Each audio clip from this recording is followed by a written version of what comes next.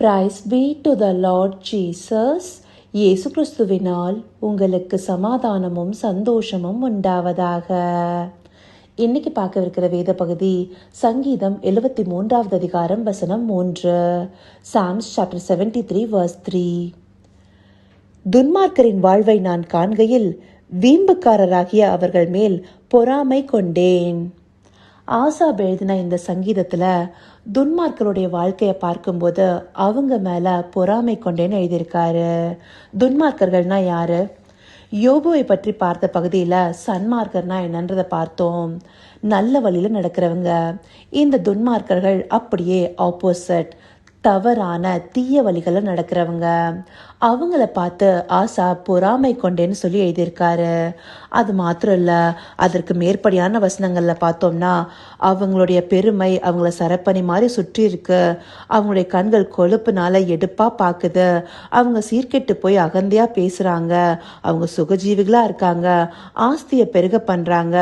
அந்தபடி அவங்களுடைய வாழ்க்கையெல்லாம் நல்லா இருக்கே, செழிப்பா இருக்கேன்னு சொல்லிட்டு அவங்க மேல பொறாமை கொண்ட விதத்துல ஆரம்பத்துல இருந்து மென்ஷன் பண்ணியிருக்காரு.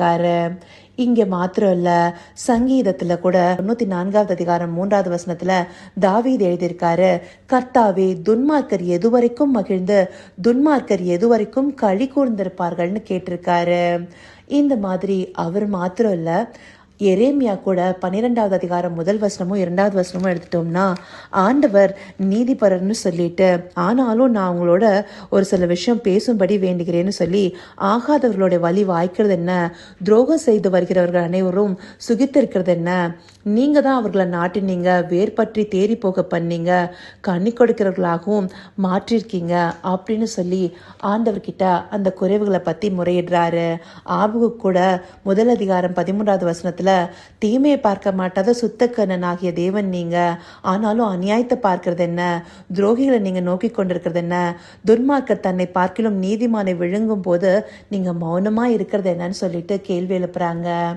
இவங்க மாத்திரம் இல்ல, நம்மளுடைய வாழ்க்கை எடுத்துட்டோம்னா நமக்குமே சில நேரங்கள்ல ஆண்டவர்கிட்ட என்ன கேட்க தோணும், ஆண்டவரே உம்முடைய வழிகளை பின்பற்றி உண்மையே நம்பியிருக்கிற என்னுடைய வாழ்க்கை இப்படி இருக்கு, ஆனா தப்பான வழியில தவறுகள் செய்து அநேக துன்மார்க்கமான காரியங்களை செய்யறவங்க எல்லாம் நல்லா இருக்காங்களே, அவங்க இப்படி இருக்காங்க, உங்களோட பிள்ளையாகிய நான் இப்படி இருக்கேனே அப்படின்னு சொல்லிட்டு ஒரு மன கிளேசத்தோட நாம புலம்புறது உண்டு. ஆனா நம்ம ஒரு விஷயத்த தெளிவா புரிஞ்சுக்கணும், ஆண்டவர் நம்மள இந்த உலகத்துல தெரிந்து கொண்டு எடுத்திருக்கிறாரு. அவருடைய ரட்சிப்பின் பாதையில வழிநடத்திருக்கு. நமக்கு வருகிற இந்த உபத்திரவங்களும் நம்ம கடந்து வருகிற சில பாதைகளும் நம்மள ஒரு நல்ல வழியில டிரான்ஸ்ஃபார்ம் பண்ணி கொண்டு போயிட்டு இருக்கு. நாம இப்ப நடக்கிற இந்த கடினமான பாதைகளை பார்த்து என்ன நம்மளுடைய வாழ்க்கை எப்படி இருக்குன்னு நினைக்கலாம்.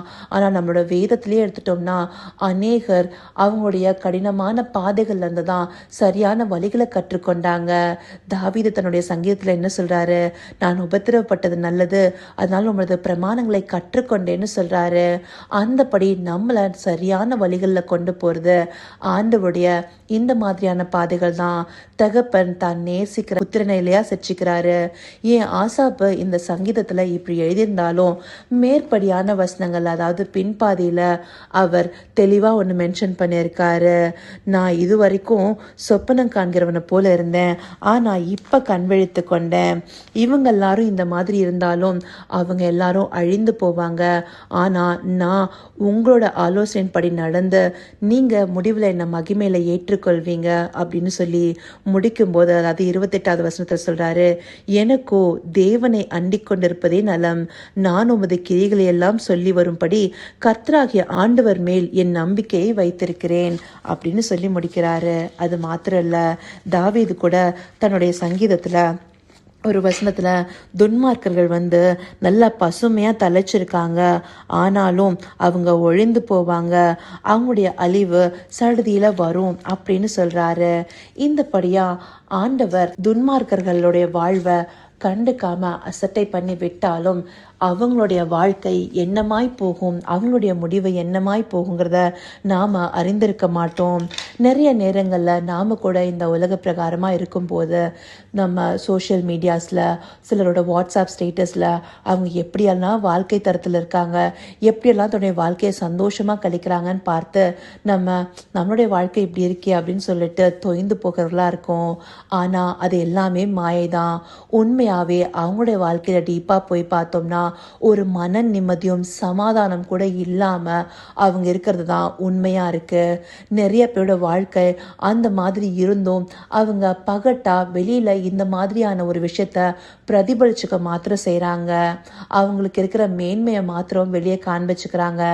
இதை பார்த்து நம்பி ஏமாந்து இவங்களுடைய வாழ்க்கையெல்லாம் நல்லா இருக்கேன்னு சொல்லிட்டு நிறைய பேருக்குள்ள குறைவுகள் உண்டு. ஆனாலும் நாம் இந்த நாளில் குறைவுகளை பார்க்க வேண்டாம்.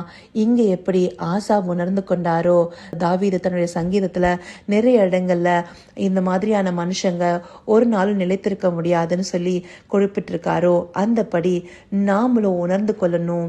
நீதிமொழிகள்ல அநேக இடத்துல என்ன சொல்லியிருக்கு, உன் மனதை பாவிகள் மேல் பொறாமை கொள்ள விடாதே, நீ நாள்தோறும் கர்த்தரை பற்றும் பயத்தோடு இருன்னு சொல்லப்பட்டிருக்கு.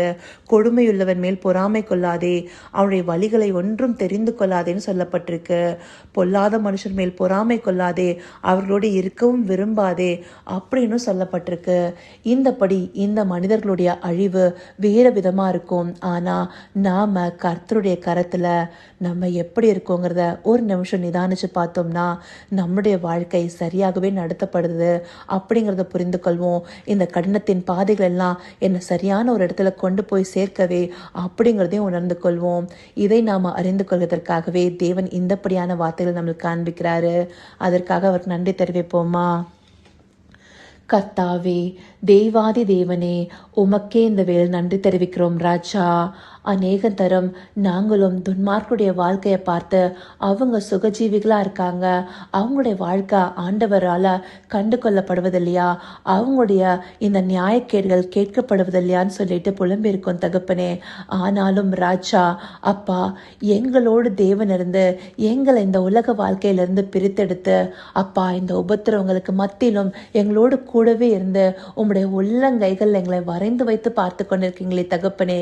எங்களுடைய மதில்கள் உமக்கு முன்பாக இருக்கிறதுங்கிறத நாங்கள் ஒரு நாளும் மறந்துவிடக்கூடாது தகப்பனே.